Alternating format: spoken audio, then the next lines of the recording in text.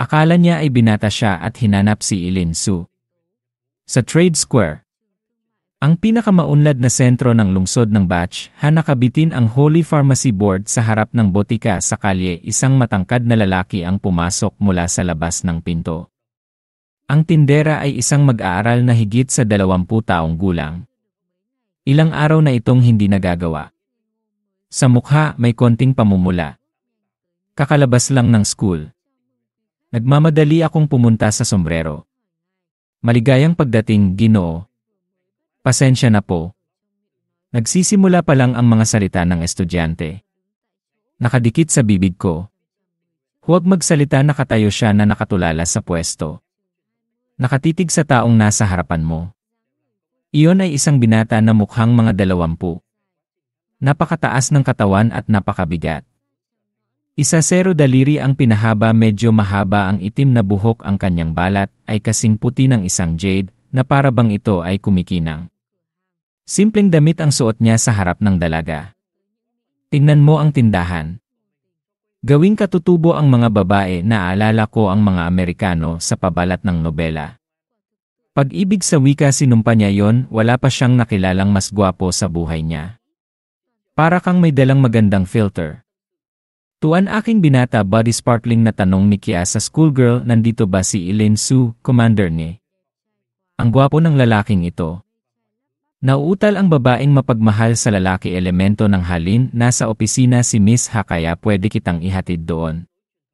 Hindi na kailangan, tuan, umiling ang aking binata. Maligayang pagdating sa 2 empleyado. Pagkatapos ay dumiretso sa loob ng botika. Babaeng estudyante na nakatitig sa bola sa likod, tuan aking binata, hanggang sa mawala na maging siya ay nakatulala pa rin at hindi na bumabalik ang kanyang espiritu. Bakit ang tanga mo? Tinawag ng katabi ng tindero ang dalaga. Mukha kang natulala, di ba? Tapos lumingon siya. Hindi ko talaga maiwasang ma-curious. Sino ang lalaking ito? Sinabi niya sa akin na siya ang kanyang malayong pinsan. Gaano siya kagwapo? Napakagwapong schoolgirl, seryosong tumango. Sabi, wala pa akong nakitang mas gwapo sa kanya. Masyadong malayo sa kanya ang mga lalaki sa medical academy. Tama. Hindi lang siya matangkad at gwapo. Isa rin siyang top-notch martial arts genius. Ay ang martial element sa puso. Matagal ko nang narinig nagdaraos siya ng martial arts festival. Mga mag-aaral sa buong bansa naririnig iyon ng mga babae gamit ang 2 mata. Sa mukha ko na puno ng takot ang parehong ay hindi maisip gaano kalalayan. Sa labas, ganyan ang karakter. Para sa kanya, ito ang bituin sa langit. Plus ang kapansin-pansing katanyagan, kaya lumiko siya mula sa bituin patungo sa buwan. Kahit ibang tao, malayo siya sa kanya. Ay umiral, makikita mo lang, hindi maabot. Umiling ang isang schoolgirl, itapon ang hindi makatotohanang mga kaisipan sa iyong ulo. Upang tumutok sa iyong mga benta. Pero minsan hindi niya mapigilan. Napatingin siya sa opisina ng amo. Naghintay siya, sana makita ko ulit yung image. Masarap magkaroon ng pagkakataon na makita siya muli. Sa loob ng modulation room, sobrang focused siya. Kunin ang mga sangkap na kailangan ng 6 na santo. Pumasok lang ang binata sa lab at nagtanong. Handa na ba ang lahat? Mabilis niyang sagot.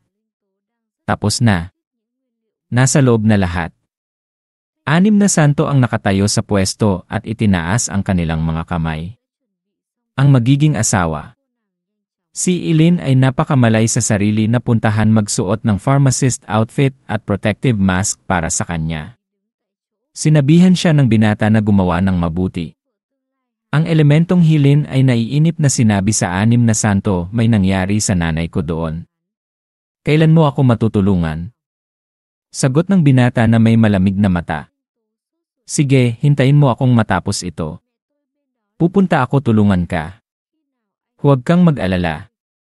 Napakamasid ng magiging asawa, kaya mabilis niyang napagtanto gas ng 6 na santo, parang naging mas malakas. Naikuyom niya ang kanyang kamao at pinagpapawisan, napakaikling panahon lang. Ang ilang mga tao ay talagang nagtataas ng bar.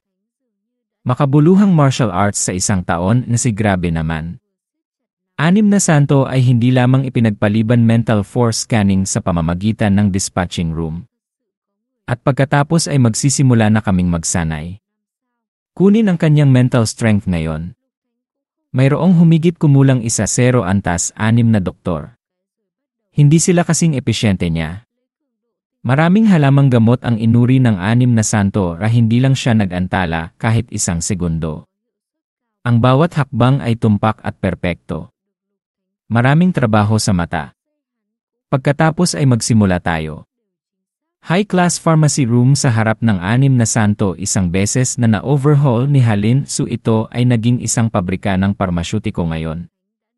Order mabilis ang isang dilaw na tubo ng gamot gumawa ng ra at ilagay sa harap ng 6 na santo gumana ito. 6 banal na komunyon humigop ng higop sa iyong kamay after tasting the taste, hindi mali ang pakiramdam ininom niya lahat ng gamot.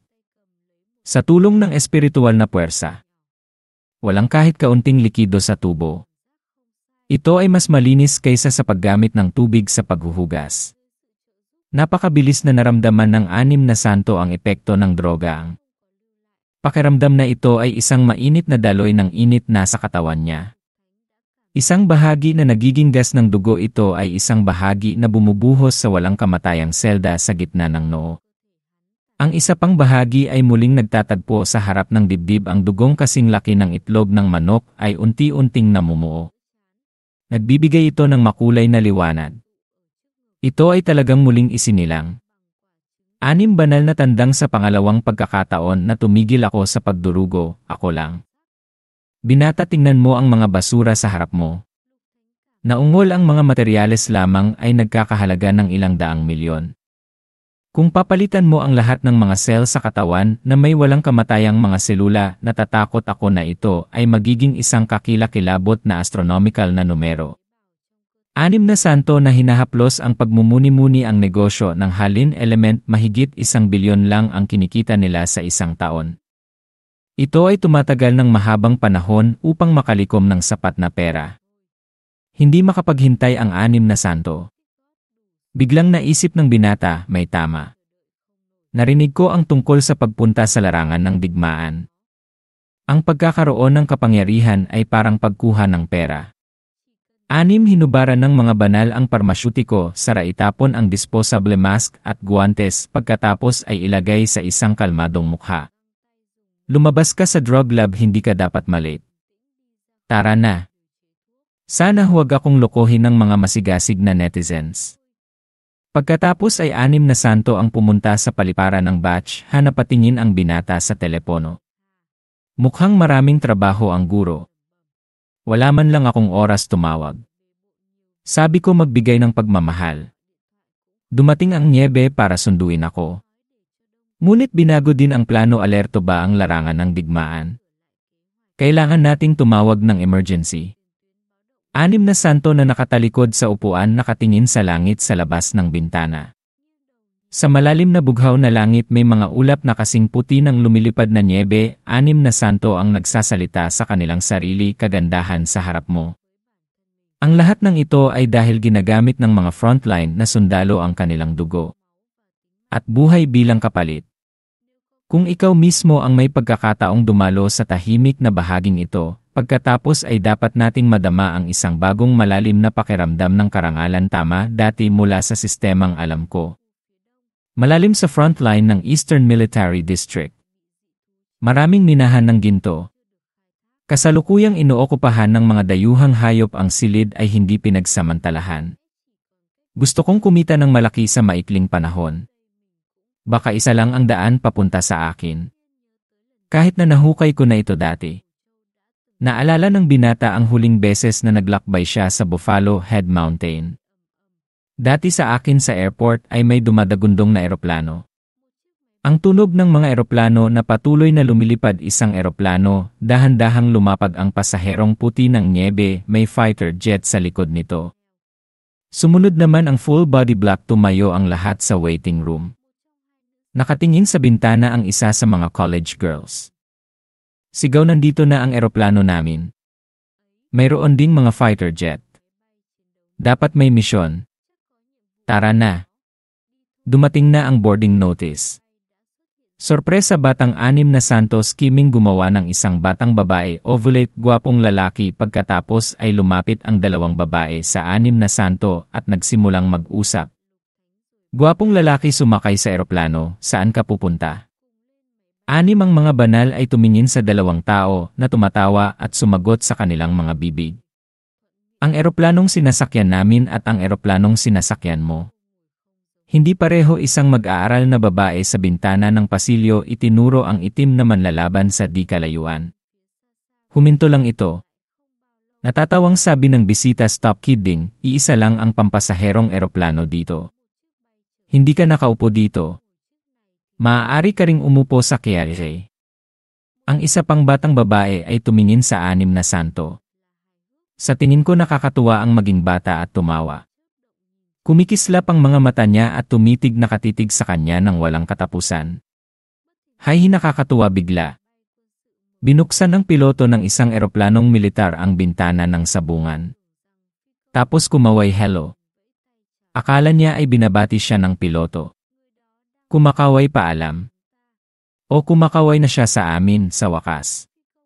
Iniyuko ng piloto ang kanyang ulo habang papalapit ang 6 na santo. Tumalon ang dalawang bagong babae. Diyos ko! Dumating talaga ang manlalaban na yon para sunduin siya. Hello, kilalanin mo. Inabot ng lalaki ang kanyang malapad at kalyo na mga kamay. Ako ang hinahangad ng Eastern War Zone.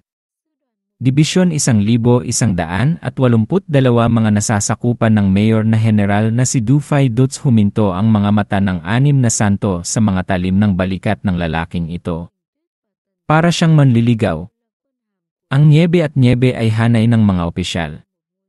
May isa pang bituin. Ranggo ng Koronel Helo, inabot din ng 6 na santo ang kanilang mga kamay.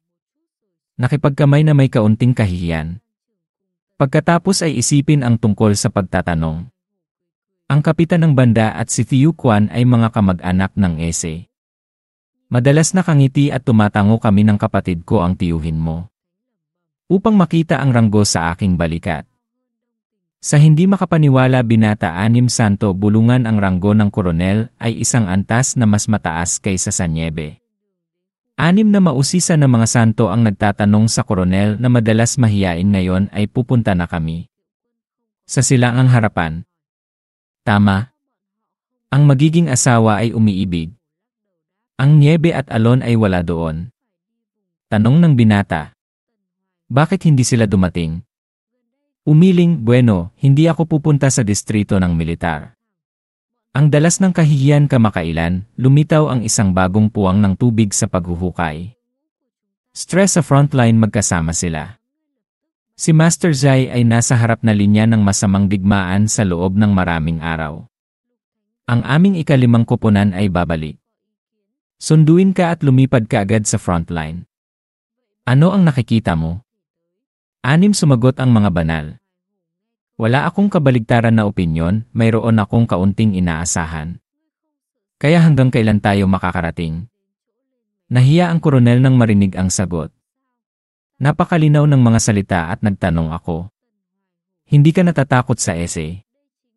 Nagtungo ang binata sa eroplano para lumapag. Hindi, gusto kong pumunta sa harap. Madalas mahiyain na nag-isip ito ang tiwala ng young master ay ang dalas ng mahiyain na pag-isip ng pagpapawis ilang taon na akong nasa killing field. Level 6 pa lang ngayon. Kahit na ang threshold ng guro ay hindi nahawakan. Hindi ko nga alam eh. May pag-asa pa akong masira sa mundong ito. O hindi ako ay 57 taong gulang. At nagsimula na ang buhay ng 6 na santo. Nasa dulo na siya ng kanyang buhay. Sa puso ng kahihiyan humihikbi 6 na santo ang nagbuka ng kanilang mga bibig. Masasabi mo ng simple. Sabihin sa akin ang kasalukuyang sitwasyon sa Eastern Theater. Hindi ang likod ng walang malay mahiyain tuwid pataas medyo parang subordinate ang ugali kapag nagre-report. Seryoso, siguro.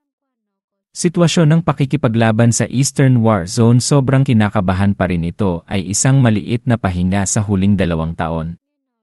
Ngunit sa pagkakataong ito ay lumitaw ang bagong paghuhukay takot na dumaan muli sa isang mahirap na laban. Narinig ko na may lumitaw na bagong crack sa pagkakataong ito.